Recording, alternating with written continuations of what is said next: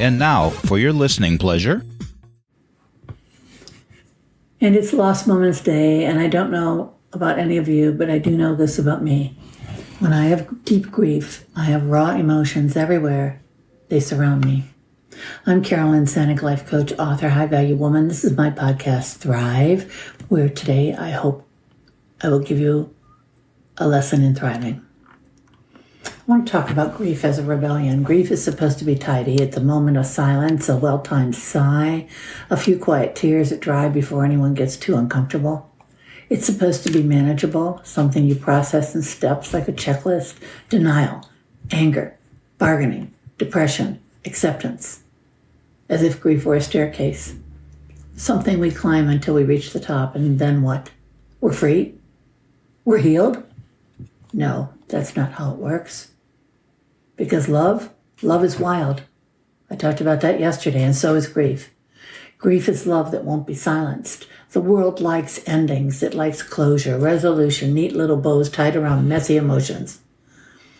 Love doesn't work that way, and neither does grief. Because here's the truth. Grief is what happens when love has nowhere to go. One day they were here, they breathed, they laughed, they filled the space between us, beside us, around us, and then suddenly they weren't. And all the love we had for them, love we once gave so freely through conversations, touch, presence, now has no landing place. So it lingers inside us. It turns into memories, into dreams, into a hollow ache that never fully disappears.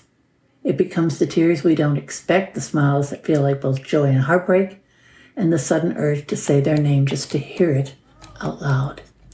Grief is not a staircase. It's a free fall. It's waking up in a world that feels off kilter, where gravity works differently, where the person who made everything make sense is just gone. And the world expects you to keep moving like nothing happened, but you know the truth.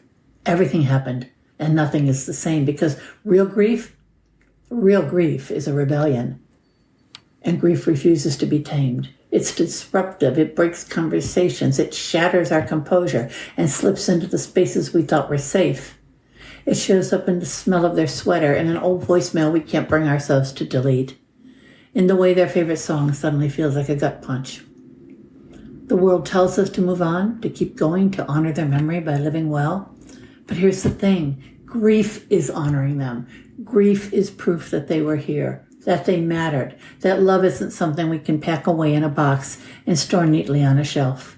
And that's love, even its most painful form. Grief is still love. Grief is a fight against forgetting. We live in a world that moves too fast, that tells us to get over things, keep up, be strong.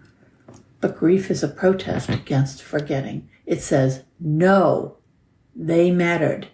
They were here, and I refuse to pretend otherwise. So we carry them forward in our stories, in the way we laugh at the jokes they would have loved, in the way we remember their quirks, their habits, their voice, in a way we keep loving them, even when they're no longer here to receive it. And if that's not a rebellion, I don't know what is. Again, I'm Carolyn Sanek, life coach, author, high-value woman. This is my podcast, Thrive. Thank you all so much for listening, and that's a wrap.